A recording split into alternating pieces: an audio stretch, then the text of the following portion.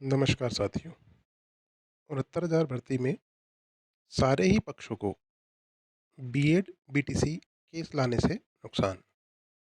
पिछले कुछ दिनों से आरक्षण के केस में बीएड बीटीसी लाने की बात हो रही है, जबकि 69,000 भर्ती में कोई भी पक्ष ऐसा नहीं जिसको बीएड बीटीसी केस लाने से नुकसान ना हो।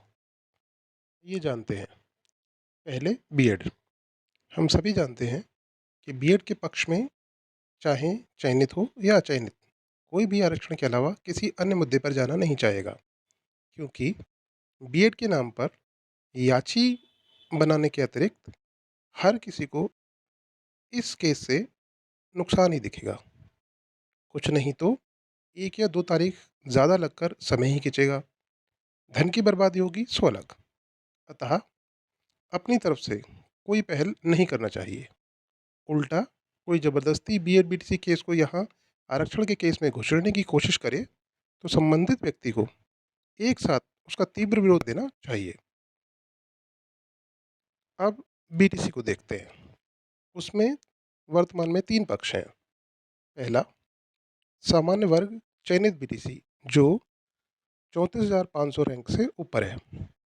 दूसरा, सामान्य वर्ग चयनित बीटीसी जो 34,500 से नीचे है, व अचयनित जनरल जो अभी चयन होने की कगार में है। तीसरा, आरक्षित वर्ग अचयनित बीटीसी वर्ग। नंबर 1, सामान्य वर्ग व आरक्षित वर्ग चयनित बीटीसी जो 34,500 से ऊपर है। ये वर्ग अच्छे से जानता और समझता है कि सुप्रीम कोर्ट ऑर्डर दिनांक 8/4/2024 के रहते 34,500 से ऊपर चयनित बीएड वर्ग को अब नियुक्ति तारीख के आधार पर चैलेंज करना सिर्फ समय और धन की बर्बादी है, और 34,500 से नीचे चैलेंज कर भी दें तो इसमें उनको कोई लाभ नहीं मिलना। फिर भी ये वर्ग यदि डबल बेंच के फ्रेश लिस्ट बनाने के आदेश के आधार पर पूरे 69,000 में बीएड को चैलेंज करता है, तो इस वर्ग को भी 69,000 में ही नौकरी मिली है और डबल बेंच ने पूरी लिस्ट फ्रेश बनाने को कहा है। अतः नियुक्ति तिथि चैलेंज करने पर इनकी स्वयं की नियुक्ति तिथि भी चैलेंज हो जाएगी। इस हालात में नंबर 1, इनकी स्वयं की 4 साल की सीनियरिटी दांव पे लगेगी। नंबर 2, इस 4 साल के वेतन रिकवरी के अवसर भी बनेंगे। दूसरा, सामान्य वर्ग चयनित बीटीसी जो 34,500 से नीचे है व अचयनित जनरल बीटीसी, इस वर्ग को भी कुछ तभी हाथ आना है जब 34,500 से ऊपर के बीएड हटेंगे, अन्यथा आरक्षण केस हारने की दशा में इन्हें भी किसी भी नई नियुक्ति तारीख को चैलेंज करने पर कुछ हाथ नहीं आएगा। और पूरे 69,000 को चैलेंज करने पर जो बातें चयनित जनरल और चयनित आरक्षित वर्ग बीटीसी जो कि 34,500 से ऊपर थे उनको आने वाली हैं, इन्हें भी वो सारी ही दिक्कतों का सामना करना पड़ेगा। सेकंड, आरक्षण केस हारने और नई नियुक्ति तिथि का केस जीतने पर भी 3,500 के नीचे इनके ही बीएड साथी कम होंगे, जिससे इनके ही समायोजन की संभावनाओं में साथियों की संख्या और उनके सहयोग में कमी के रहते मुश्किलें आएंगी। नंबर 3, आरक्षित वर्ग अचयनित बीटीसी। इस वर्ग को सबसे अधिक नुकसान है, जो कि निम्नांकित है। फर्स्ट, 67,867 की लिस्ट में बीएड की नियुक्तियां सुप्रीम कोर्ट के 8/4/2024 के आदेश से कवर्ड है, और डबल बेंच में आरक्षण का केस जीतने के कारण ही आपको ये नई नियुक्ति के अवसर बने हैं। अतः किसी अन्य केस के चक्कर में कहीं आरक्षण केस में जरा भी 3-5 हो गई और आप हार गए तो आपके हाथ भी कुछ नहीं आएगा। नंबर 2, नियुक्ति में देरी इस वर्ग का सबसे बड़ा नुकसान है, और ये नुकसान पिछले 5 वर्षों से आप लगातार झेलते आ रहे हैं।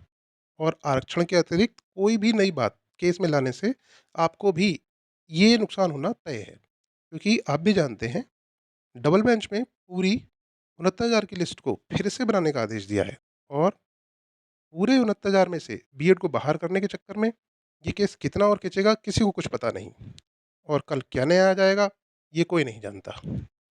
थर्ड, 11/8/2023 के बाद नई नियुक्ति से बीएड की नियुक्ति न देने के लिए बीएड बीटीसी केस होने की दशा में भी आपको नियुक्ति मिलने में देरी होना तय है, क्योंकि बीएड बीटीसी के सुप्रीम कोर्ट ऑर्डर दिनांक 8/4/2024 में आपको एक लाइन पर विशेष ध्यान देना चाहिए कि आगे ये केस हाई कोर्ट द्वारा निस्तारित किए जाएंगे। अतः मध्य प्रदेश की तरह पुनः हाई कोर्ट, डबल बेंच आदि आदि में समय व्यर्थ होना निश्चित है। फोर्थ, आने वाली सभी भर्तियों में ये तरीका सरकारों के लिए आपके आरक्षित वर्ग के शोषण का आम हथियार बन जाएगा। पहले किसी प्रारंभिक डेट में एक घोटाला कीजिए, फिर 10 साल कोर्ट केस लड़ने के बाद उनको नियुक्त करने के लिए नई तिथि जारी कर दीजिए। फिफ्थ, और एक बहुत बड़ा नुकसान है, जो सबके व्यक्तिगत नुकसान से संबंधित है, और उसे सोशल मीडिया पर बताया जाना संभव नहीं है। इसे जानने का मन हो, धरने में प्रत्यक्ष मुझसे पूछ सकता है। उपरोक्त वर्णन से स्पष्ट है कि सबको नुकसान ही है। फिर कौन सा गधा पक्ष होगा जो बीएड बीटीसी को केस बनाकर आरक्षण के बीच में लाएगा? बचा एक पक्ष, सरकार। वो सिर्फ जमीनी विरोध से डरती है, कोर्ट से नहीं। अतः इस समय न्यूट्रल है और कोर्ट की डायरेक्शन को ही मानेगी। और इस समय उनके पास डबल बेंच से कोर्ट की डायरेक्शन है, जिसे मनवाना या ना मनवाना आरक्षित वर्ग के हाथ में है। और जितनी देर इस ऑर्डर को मनवाने में करेंगे, आपकी नियुक्ति की तारीख उतनी ही आगे बढ़ती जाएगी। अतः 2 तारीख से ज़्यादा लोग धरने में आएँ। धन्यवाद।